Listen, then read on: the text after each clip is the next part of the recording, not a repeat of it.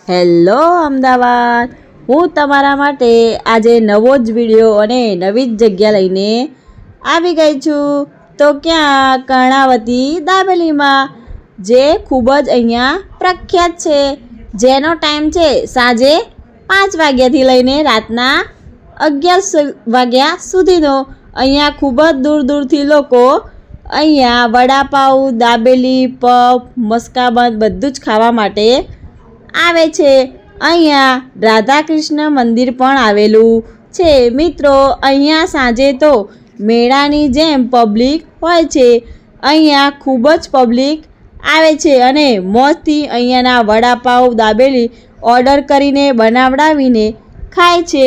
અહીંયા શું બાકી વડાપાઉં બનાવે છે કે મોજ પડી જાય મિત્રો.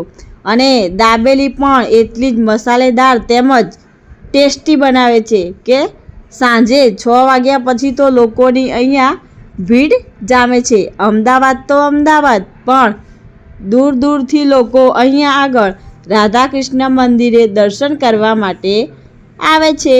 અમદાવાદમાં તો ખૂબ જ પ્રખ્યાત છે અહીંયાનું રાધા કૃષ્ણ મંદિર, પણ એની સાથે સાથે ગામડાના લોકો પણ અહીંયા મંદિરે દર્શન કરવા માટે આવે છે. મંદિરના મેઇન ગેટની સામે જ ખાણીપીણી માટે તમને બધા જ પ્રકારના ફાસ્ટ ફૂડ એક જ જગ્યા ઉપર મળી જશે.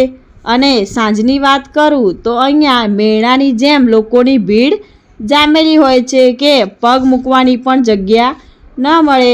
હું પણ અહીંયા રાધા કૃષ્ણ મંદિરે દર્શન કરવા માટે પહોંચી ગઈ હતી. દર્શન કરીને બહાર નીકળી તો મને થયું કે લાઈને નાસ્તો કરવાની મન થઈ ગયું. તો મેન ગેટની સામે જ એક લારી ઊભી હતી જેનું નામ હતું કર્ણાવતી દાબેલી. તો હું ત્યાં આગળ દાબેલી અને વડાપાઉં ખાવા માટે પહોંચી ગઈ હતી અને ત્યાં જઈને જોઉં છું તો શું જોરદાર રીતે દાબેલી અને વડાપાઉં, પફ, મસ્કાબન, સેન્ડવીચ બધું જ વાનગીઓ બનાવી રહ્યા હતા. તો મને તો જોતાની સાથે જ ખાવાની ઈચ્છા થઈ ગઈ હતી. તો મેં પણ અહીંયા આગળ વડાપાઉં ઓર્ડર કરીને બનાવડાવ્યું અને તે મેં ઓઇલમાં બનાવડાવ્યું હતું અને પછી પાર્સલ કરાવીને એને ઘરે લઈ જઈને ખાધું હતું. તો મને તો જોરદાર ટેસ્ટી લાગ્યું હતું અને એકદમ મોજ પડી જાય તેવું વડાપાઉં હતું. તમે પણ હવે કોની રાહ જોઈ રહ્યા છો? ફટાફટ પહોંચી જાઓ આ લોકેશન ઉપર કર્ણાવતી દાબેલીમાં વડાપાઉં ખાવા માટે.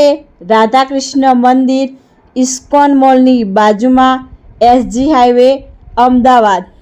મિત્રો, તમારા વિસ્તારમાં આવતા પ્રખ્યાત ખાણીપીણીના વિડીયો બનાવીને મારી ચેનલ ઉપર મૂકવા માટે મારો સંપર્ક કરો. વિડીયો બનાવવાનો કોઈ જ ચાર્જ નથી, ફ્રીમાં વિડીયો બનાવીને ચેનલમાં મૂકીશું.